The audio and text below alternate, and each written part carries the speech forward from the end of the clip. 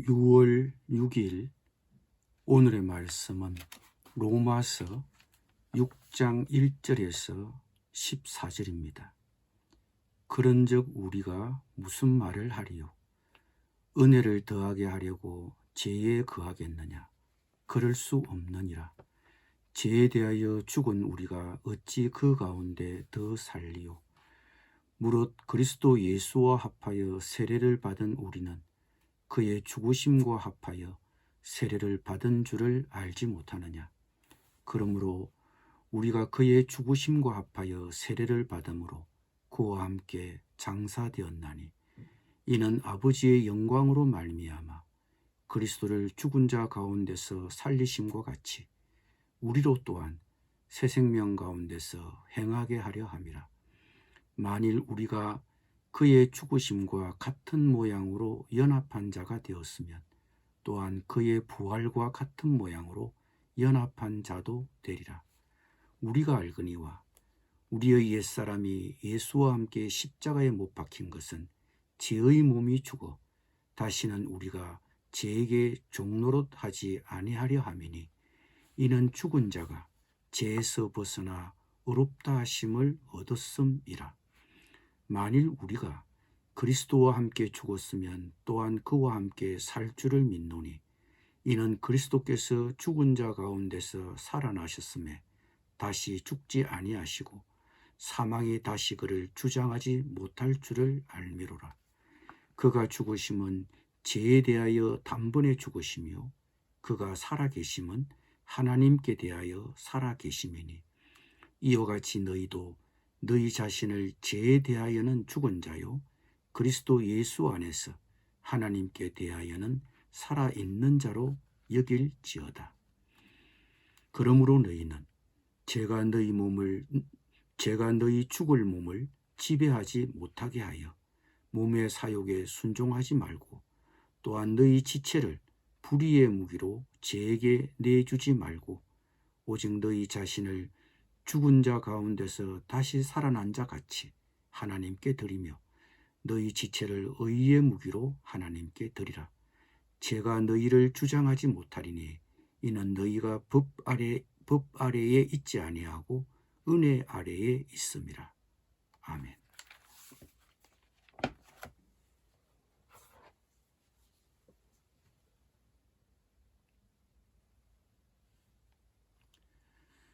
그런즉 우리가 무슨 말을 하리요? 은혜를 더하게 하려고 죄에 거하겠느냐? 6장을 시작하는 이 말씀은 5장 20절을 받는 말씀입니다. 율법이 들어온 것은 범죄를 더하게 하려 함이라. 그러나 죄가 더한 곳에 은혜가 더욱 넘쳤나니. 죄가 더한 곳에 은혜가 더욱 넘쳤다는 말씀은 무슨 뜻입니까? 율법이 들어오면서 죄가 더 확실하게 드러났고 죄가 더 증가하게 되었지만 그럴수록 예수 그리스도를 통한 은혜가 더 넘쳐난 것입니다. 그런데 그 말을 꼬투리 잡아서 죄가 더한 곳에 은혜가 넘치니 은혜를 더 넘치게 하기 위해 더 많은 죄를 지어야겠구나. 그러면 하나님의 은혜도 더 많이 경험하게 되지 않겠느냐. 이렇게 공격하는 사람들이 꼭 있습니다. 왜 바울은 이런 공격을 하는 사람들을 염두에 두고 있습니까? 바울은 자신이 전하는 복음이 선한 일을 하기보다 죄를 더 지으라고 부추긴다는 비난을 들었기 때문입니다. 왜냐하면 그가 전하는 예수 그리스도의 복음은 율법을 지키지 않아도 의롭다함을 받는다는 복음이었기 때문입니다. 바울이 전하는 복음이 마치 사람들에게 비도덕적인 삶을 살아도 되는 것처럼 그들 눈에는 비추어졌습니다. 바울은 이런 사람들의 공격에 대하여 단호하게 대답합니다. 그럴 수 없느니라. 죄에 대하여 죽은 우리가 어찌 그 가운데 더 살리요? 세 번역은 이 구절을 이렇게 번역했습니다.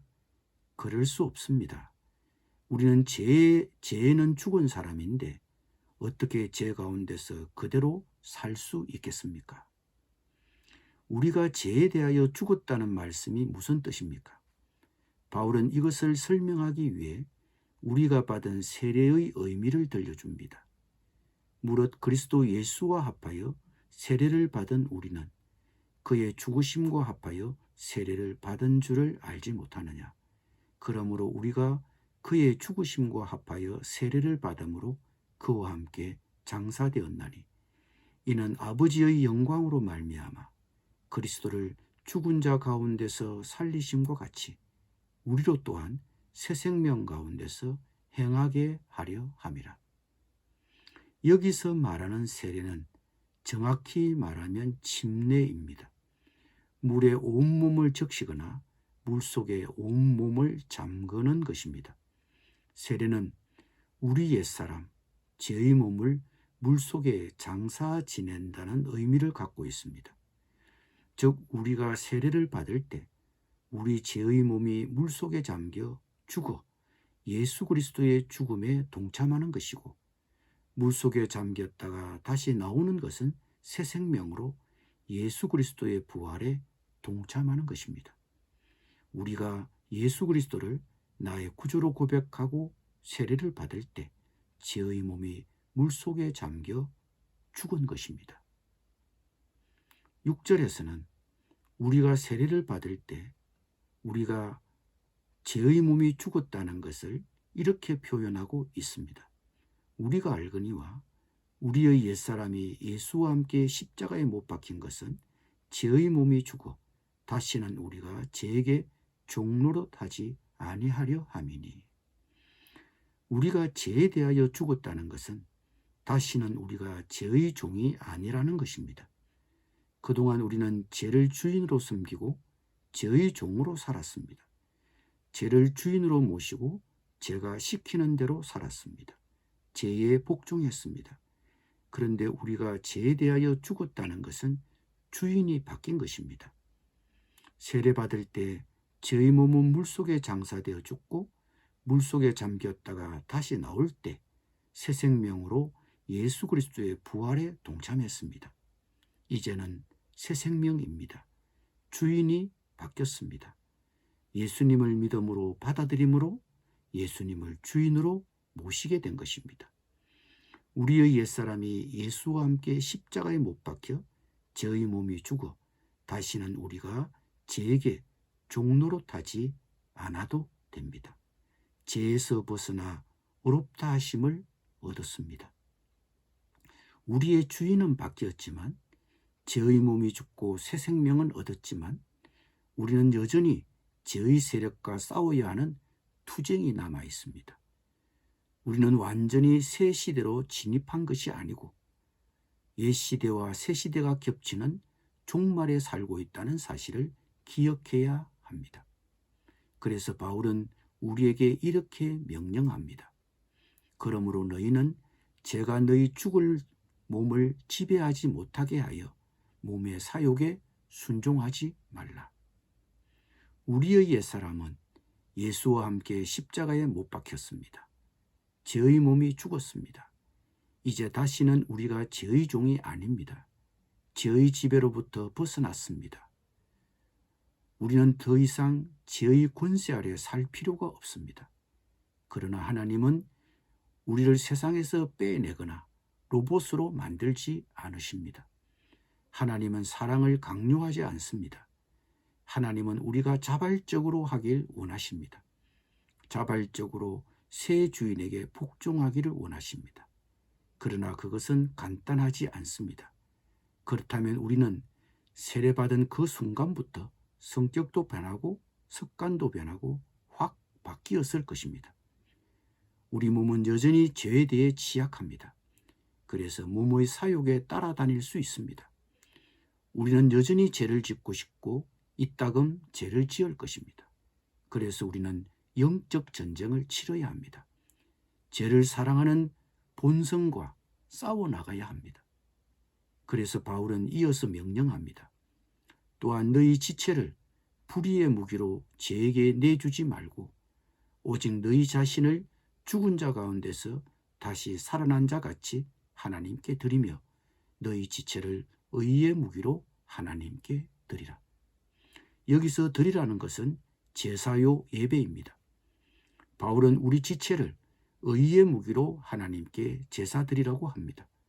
여기서 지체란 단순히 육체적인 몸뿐 아니라 전인적인 것입니다. 인간의 모든 면을 포함합니다. 나의 몸의 가장 취약한 부분이 무엇입니까? 어떤 죄에 쉽게 따라갑니까? 나의 개인적인 약점을 찾고 내가 종종 유혹받는 것을 인지하고 그 유혹을 멀리하십시오. 우리 지체를 의의 무기로 하나님께 제사 드리십시오. 기도드립니다. 주님, 우리 죄의 몸이 주의 십자가에서 죽어 우리를 죄의 지배로부터 벗어나게 해주셔서 감사드립니다. 그러나 우리가 죄에 취약하고 쉽게 죄의 유혹에 넘어갑니다. 아무쪼록 유혹을 멀리하고 우리 지체를 의의 도구로 쓰임받게 하여 주옵소서. 예수님의 이름으로 기도드립니다. 아멘.